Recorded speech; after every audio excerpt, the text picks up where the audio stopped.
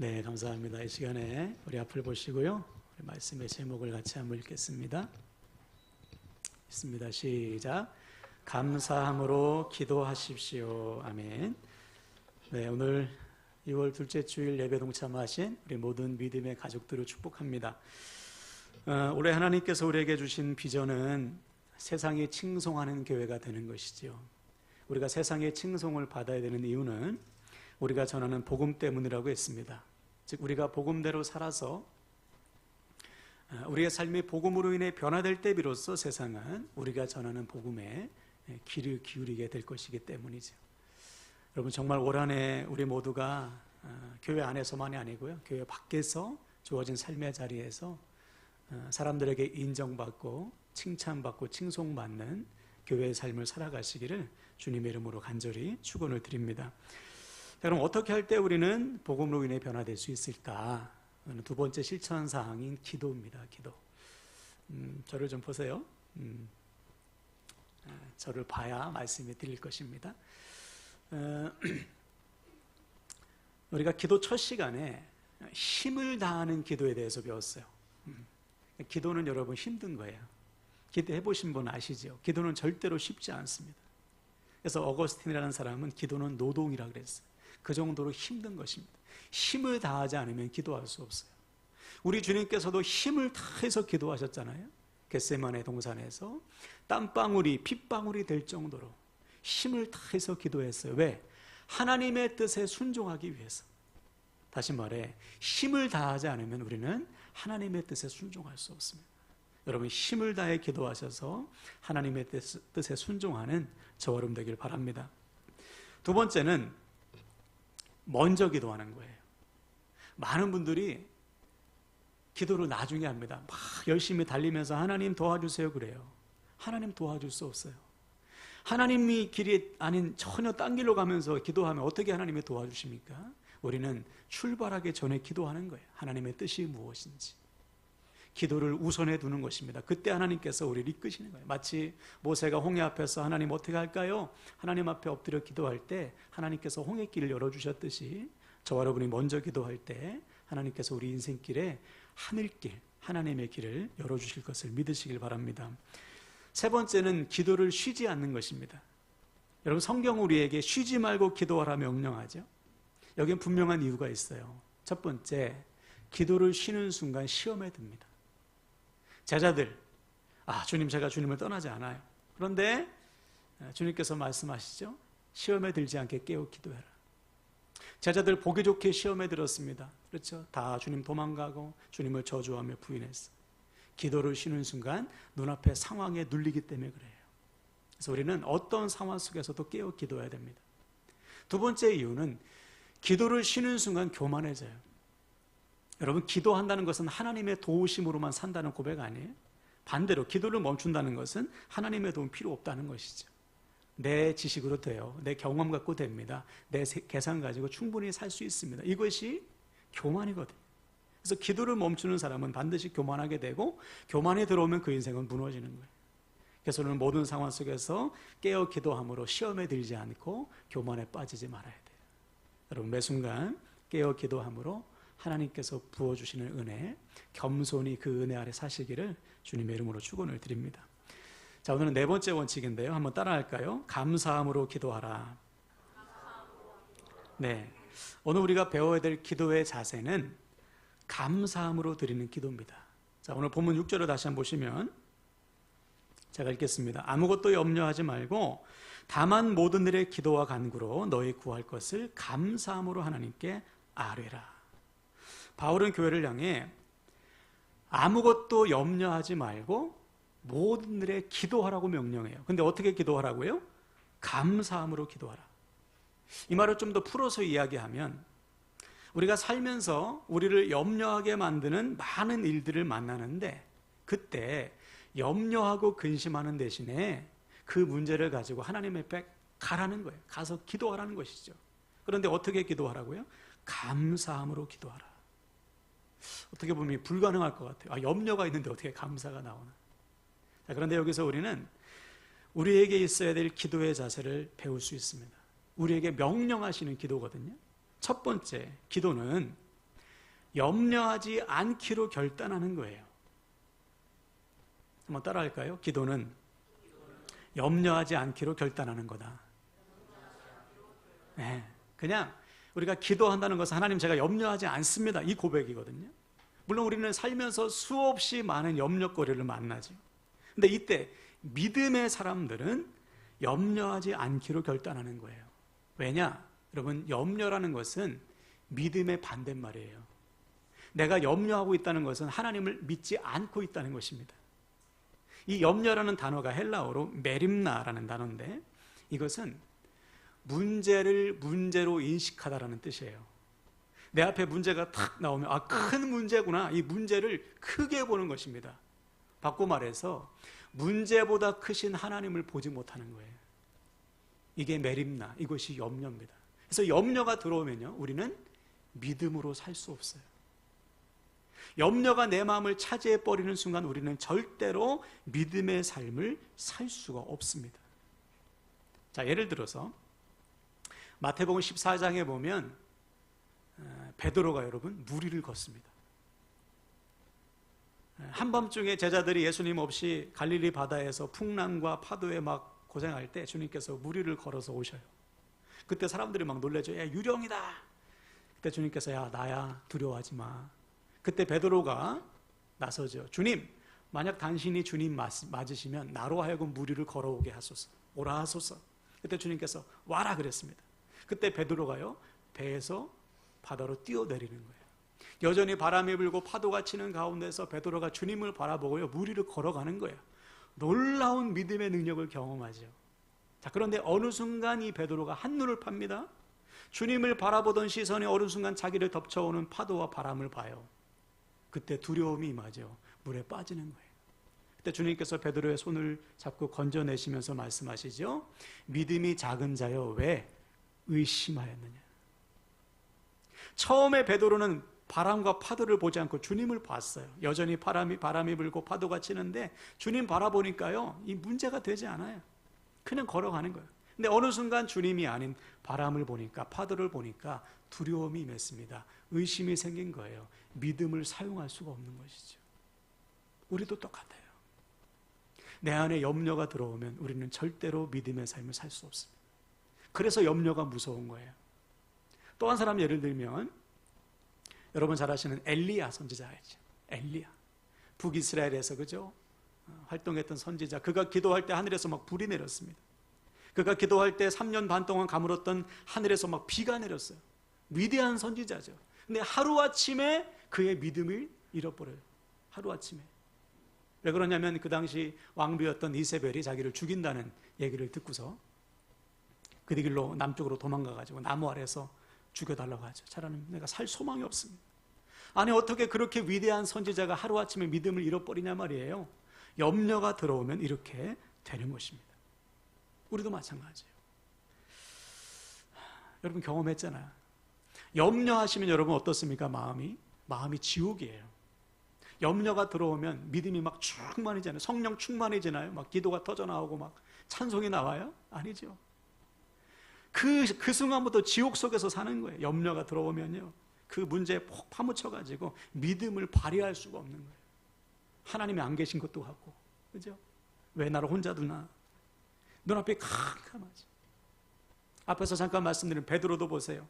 그렇게 주님을 떠나지 않겠다고 당담했던 베드로가 주님이 붙잡히신 것을 보자마자 겁먹고 도망가죠. 나중에 저주하며 부인하죠. 왜? 염려가 임하자 주님을 향한 믿음이 없어지는 거예요. 염려가 임하는 순간 믿음의 눈이 다 닫히는 것입니다. 그러니까 상황에 팍 쌓일 수밖에 없죠. 자, 그래서 나중에 이 베드로가 교회를 향해서 이렇게 명령해요. 베드로전서 5장 7절 우리 한번 읽어볼까요? 읽습니다. 시작. 너희 염려를 다 주께 맡기라. 이는 그가 너희를 돌보심이라. 아멘. 그렇죠. 염려가 생길 때마다 그 즉시 주님께 맡기라는 거예요. 이것은 우리의 시선을 염려로부터 주님께로 돌리라는 것입니다. 왜? 주님께서 나를 돌보고 계시기 때문에. 할렐루야. 염려에 쌓이지 말고 나를 돌보고 계시는 주님을 보라는 거예요. 그때 우리는 염려를 이겨낼 수 있다. 바로 이것입니다, 여러분. 나를 돌보고 계시는 주님을 믿는 사람은 더 이상 염려하지 않아요. 더 이상 염려거리에 우리의 마음을 뺏기지 않습니다. 이제는 믿음의 눈을 들어서 내 삶을 돌보시는 주님을 바라보는 거예요. 여러분, 이것이 기도예요. 그래서 기도는 우리를 돌보시고 계시는 주님께로 시선을 돌리는 것입니다. 마치 모세가 홍해를 쳐다보지 않고 나에게 구원을 베푸시는 하나님을 바라봤듯이, 그때 하나님께서 홍해길을 열어주셨듯이 우리 역시 어떠한 고난이 찾아온다 해도 그 고난을 바라보는 것이 아니고요, 그 고난을 통해 역사하실 하나님을 보는 거예요. 여러분, 모든 상황 속에서 염려하는 대신에 즉시로 기도하셔서 염려에 파묻혀서 옴짝달싹 못하는 믿음을 잃어버리는 인생이 아니고요, 문제보다 크신 하나님을 바라보시고 믿음으로 기도하여 우리의 삶에 길을 열어주신 하나님을 경험하는 저와 여러분 되시기를 주님의 이름으로 간절히 축원을 드립니다. 자, 두 번째로 우리가 배워야 될 자세는 뭐냐면 감사하기로 작정하는 거예요. 한번 이것도 따라할까요? 감사하기로 작정하라. 우리가 하나님께 기도한다는 것은 염려하지 않기로 결단하는 것을 넘어서 감사하기로 작정하는 것입니다. 자, 6절을 다시 보시면 아무것도 염려하지 말고 다만 모든 일에 기도와 간구로 너희 구할 것을 감사함으로 하나님께 아뢰라. 그렇죠? 바울은 우리를 향해 염려하지 않는 것을 넘어서 모든 일에 감사하라고 명령해요. 아니, 지금 염려거리가 있는데 어떻게 감사가 나옵니까? 물론 염려거리만 보면 감사할 수 없죠. 자, 그러나 이 모든 염려를 내가 주님께 맡긴다면 상황은 달라지는 거예요. 다시 말해, 이 모든 염려가 염려로 끝나지 않고 하나님의 역사하심으로 바뀐다는 사실을 믿는다면 우리는 믿음으로 감사할 수 있는 것입니다. 다시 말해, 눈앞의 상황 때문에 감사하는 것이 아니고 믿음으로 감사할 수 있는 거예요. 자, 예를 들어서 여러분 잘 아시는 다니엘은 하루 3번씩 기도한다는 이유 때문에 사자굴에 던져질 위험에 처합니다. 다니엘의 대적들이 왕을 꼬드겨가지고 왕이시여, 오늘부터 한 달 동안 왕외의 다른 신에게 기도하는 사람은 사자굴에 던져 넣으시죠. 왕의 위험을 높이시죠. 왕이 오케이 하고서 도장을 팍 찍어요. 이 공문을 가지고 다니엘에게 보내는 거예요. 자, 이때 다니엘이 어떻게 반응했을까요? 한 달 정도 뭐 기도 쉬면 되지, 이렇게 반응하지 않았습니다. 자, 이렇게 반응하죠. 다니엘에서 6장 10절 읽습니다. 시작. 이 조서에 왕의 도장이 찍힌 것을 알고도 자기 집에 돌아가서는 윗방에 올라가 예루살렘으로 향한 창문을 열고 전에 하던 대로 하루 3번씩 무릎을 꿇고 기도하며 그의 하나님께 감사하였더라. 아멘. 다니엘은 기도를 멈추지 않았습니다. 하나님 앞에 기도했어요. 근데 어떻게 기도했습니까? 감사하며 기도했어요. 아니, 기도하면 사자굴에 던져지는데 어떻게 감사가 나오냐 말이에요. 죽을 위기에 처했는데 무슨 여기서 감사가 나와요? 다니엘이 감사한 이유는 오직 하나입니다. 하나님의 신실하심을 믿기 때문에. 아, 나를 사자굴에 던져 넣는 것이 하나님의 뜻이라면 여기엔 분명한 섭리와 계획이 있지. 아, 이 고난도 하나님께서 주신 것이라면 여기엔 분명한 하나님의 섭리가 있지. 설령 내가 사자굴에 던져져서 사자의 밥이 된다 한들 마지막까지 주님 앞에 이렇게 기도할 수 있는 믿음 주심에 또 감사하게 된 것이죠. 바로 이거 여러분, 하나님의 신실하심을 믿는 자는 믿음으로 감사할 수 있는 것이죠. 결국 어떻게 됐습니까? 사자굴에 던져졌지만 털끝 하나 상하지 않았어요. 오히려 다니엘의 대적들이 사자의 밥이 되는 역전이 일어났습니다.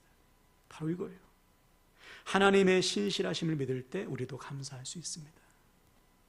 여기서 여러분, 하나님의 신실하심이란 뭘까요? 우리가 하나님의 신실하심, 우리가 실수하지 않으시는 하나님을 믿는다고 고백하잖아요. 그게 뭘까요? 하나님의 신실하심이란 내가 원하는 대로 되어지는 것이 아니에요. 하나님의 뜻대로 되어지는 것입니다. 즉, 신실하신 하나님께서, 나를 사랑하신 하나님께서 나에게 가장 좋은 것을 주시는 거예요. 이것을 믿는 것입니다.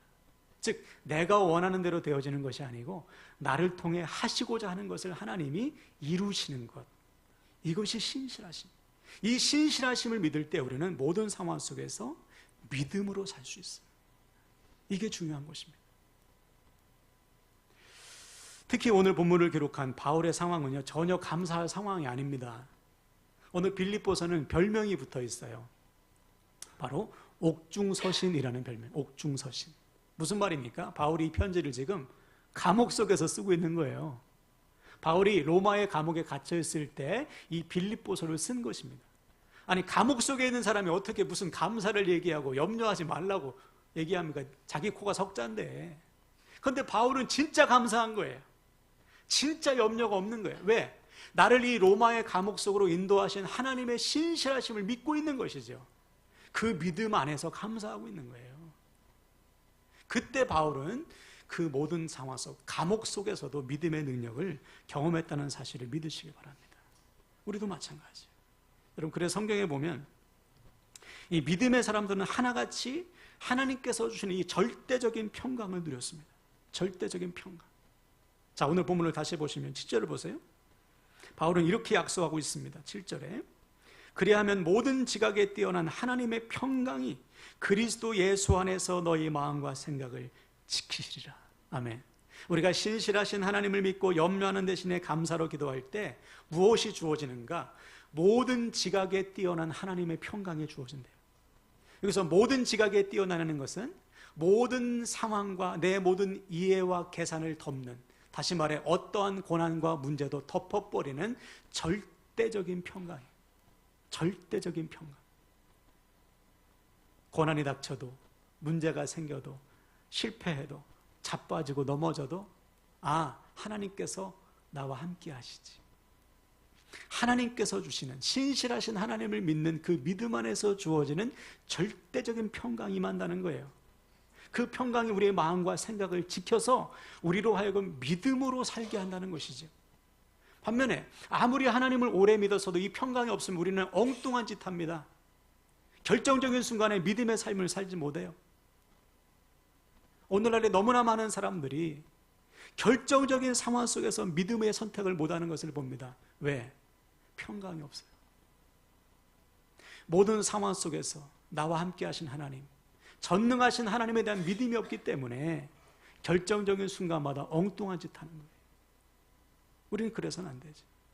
하나님께서 약속하신 모든 지각에 뛰어난 하나님의 평강이 저와 여러분의 마음과 생각을 지켜야 됩니다. 그때 믿음의 걸음을 걸을 수 있기 때문이지. 자, 그래서 성경을 보면 믿음의 사람들이 있어요. 정말 절대적인 평강을 누렸던 사람들. 한 두 사람은 예를 들면 다윗. 여러분, 다윗이요, 누구와 맞서죠? 골리앗. 다른 사람들은 다 땅바닥에 머리 박고 벌벌벌 떨고 있어요. 근데 다윗은 담대하게 골리앗 앞에 서는 거예요. 그 절대적인 평강이 어디에서 오는 것입니까? 그가 가지고 있는 물맷돌? 돌리는 실력? 싸움 실력? 아니요. 하나님을 향한 믿음 안에서 하나님께서 주시는 절대적인 평강을 누리고 있는 거예요. 너는 칼과 단창으로 내게 오지만 나는 만군의 하나님 여호와 이름으로 너에게 간다. 하나님께서 주시는 절대적인 평강이 있을 때 골리앗을 맞설 수가 있는 것입니다. 또 한 사람 예를 들면 바울과 실라. 바울과 실라가 빌립보에서 복음을 전하다가 매를 실컷 맞고 감옥 속에 갇히잖아요. 그때 바울과 실라가 어떻게 하죠? 하나님께 찬송하며 기도합니다. 아니, 그 칠흑 같은 감옥 속에서 어떻게 기도가 나오고 찬송이 나와요? 그 평안이 어디에서 오는 것입니까? 그들이 가지고 있는 로마 시민권에서 오는 것입니까? 아니요. 하나님의 신실하심을 믿는 그 믿음 안에서 평강이 주어지는 거예요. 상황에 눌리지 않는 것입니다. 자유하게 된 거예요. 여러분, 저와 여러분은 자유해야 돼요. 어떤 상황 속에 눌려서는 안 돼요. 바울의 고백처럼 자족함을 배우셔야 됩니다. 그때 모든 것을 할 수 있는 거예요. 믿음의 삶을 살 수 있다는 고백이지. 이 평강이 우리 안에 있어야 돼. 어디에서 온다고요? 신실하신 하나님을 믿는 믿음 안에서 평강이 주어진다. 우리도 마찬가지죠.